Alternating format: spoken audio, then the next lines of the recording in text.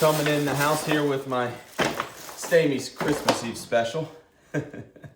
And I'm gonna show you how to prepare this for your Christmas meal. So first things first, thank you for the order. Thanks for being a part of Christmas with us this year, and everyone here at Stamey's really thanks you for that. Without further ado, I won't mess around. I'll get to the point and tell you exactly how to prepare this whole pork shoulder, or if you got a Boston butt, this will apply to that too.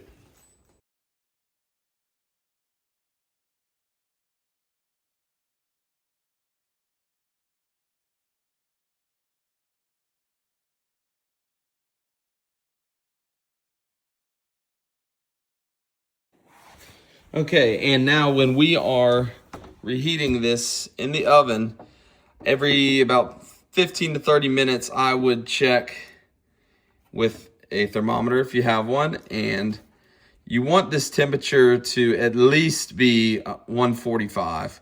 But before serving, I would still try to get it between the 145, 165 range. I'm gonna put my burner here on about as low as it'll go. Just a little bit above the simmer. So this is the quart of mild dip that you got with your order. And I'm gonna put this in a saucepan. And this is one of the tricks of the trade here to warm this up. Okay, I'm gonna give you some tips on how to break down your whole shoulder. This will apply for the Boston butt too, because actually a Boston butt is just half of a whole shoulder. It's actually gonna be this part of the whole shoulder here is a Boston butt. So once I get to that section, I'll give you the tips on that. So of course, a couple tools are nice to have. If you have a nice big meat cleaver, awesome. I'm gonna assume most people do not, so I'm not gonna use one here today. I'm assuming most people have some tongs, a chef's knife. Any smaller knife would help too. Whatever you have, you can make it work.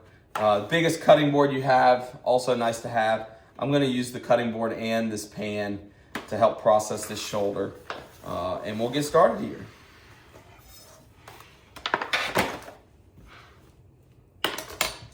So on the whole shoulder, the Boston butt won't have this, but you're gonna have this nice layer of skin on one side. We call this the skin side. And then the other side is the face. So that's just our nice meat side and the skin side. First things first, on the skin side.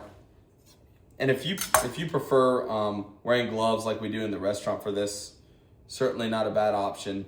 But obviously just make sure you keep your hands nice and clean.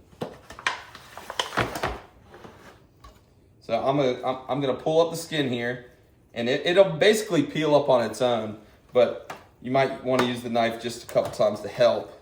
You'll get to the end here and just cut that off.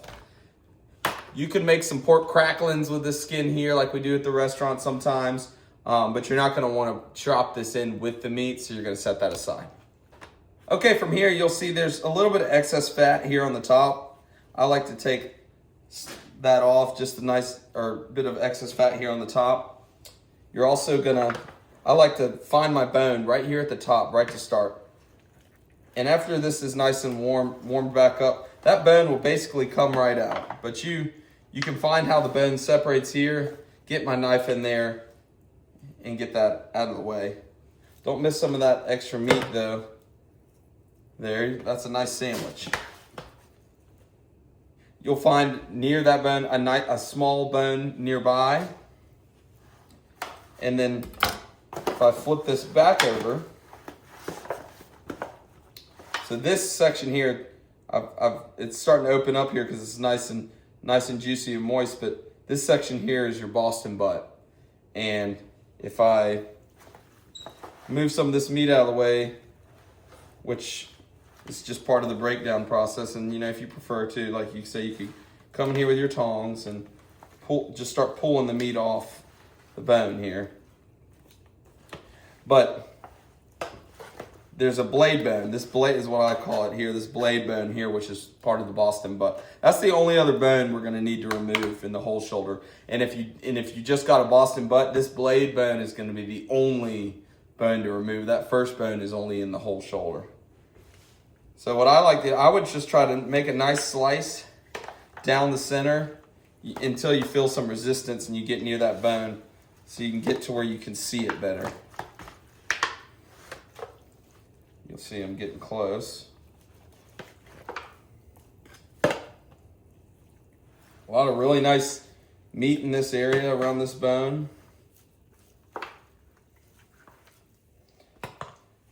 And so here's your bone here. Obviously, I've still got a lot of meat here attached. I'll just work to pull that off in the breakdown process. But okay, you'll see here I've roughly chopped and broken down the whole shoulder here. So what I like to do is, like I said, any of the browner outside pieces that I find like this, I set to the side on my cutting board here. And so now we're going to turn our attention to that for a second. So this is where if you had a meat cleaver, that'd come in nice and handy. But I'm going to do it just with a chef's knife because I'm sure that's what most people have at home. And just try to chop up these outside brown pieces to be able to incorporate later. If any of it just seems too hard, too much char, you can set that aside just for a nice bite from somebody. And if it's really hard, just that you would also just want to discard that. But most of this you want to incorporate if you can.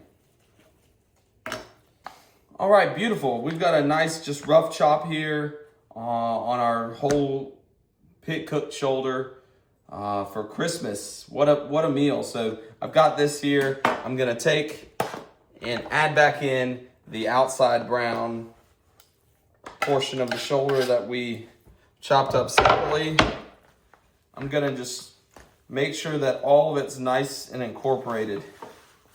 So you have a nice mix of that smoky and tender flavor throughout for every guest. And then of course you might find some pieces that need some additional chopping here still, or you might see a chunk of fat that you want to remove at this stage, or a piece here that maybe it's just didn't quite get incorporated or seemed like a too hard piece right here.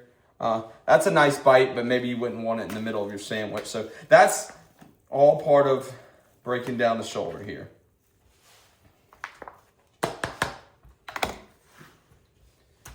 For what I think is probably the most important part as far as reheating and breaking down a shoulder the next day after you pick it up is we're going to take this warm Stamey's mild dip here and we are going to incorporate it into the meat. Now, of course, if not everybody wanted sauce, you could take some out of it now, but I really do think it's an important part of the revitalization process. Makes the tastiest barbecue. You want this to be nice and warm, like I said earlier, not boiling or anything, but nice and warm. And I'm just gonna slowly pour. I'm gonna call that about half of the quart there. And now I can just incorporate that dip here into the barbecue. Man, doesn't that look good?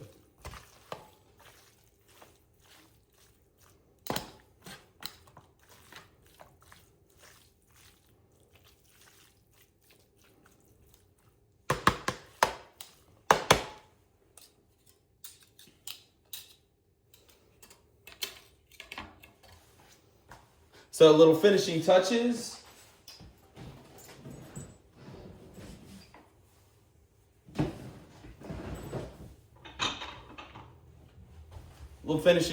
I like to add a little bit more seasoning at this stage, just a little bit more salt and a little bit more pepper. Of course, taste throughout, see if you need to add some more dip, but man, that tastes perfect right there for me. This is now ready to serve instantly. I wouldn't pour the dip on the chopped barbecue until you are ready to serve. So If you've broken it down and you're not quite ready to serve yet, just pop this back in the oven with some tin foil on top of it, or in a crock pot on the lowest setting. Lowest you can go. You don't want to dry this out. And pour the dip, the warm dip on it right before you serve it. That's the ticket to making this as good as you can make it. Well, I hope that gives you some tips and tricks on how to reheat this whole shoulder or Boston butt. Just in quick summary, the things that I think are most important to remember is reheat it as low and as long as possible. You know, a couple hours ahead of time is great. Make sure you incorporate that outside part of the shoulder separately and then incorporate it in so you've got a nice mix in your barbecue there, so you get a nice flavor in every bite. And add that finishing sauce, the dip, right at the end, warm, right before you serve it. That's the key to a great barbecue meal.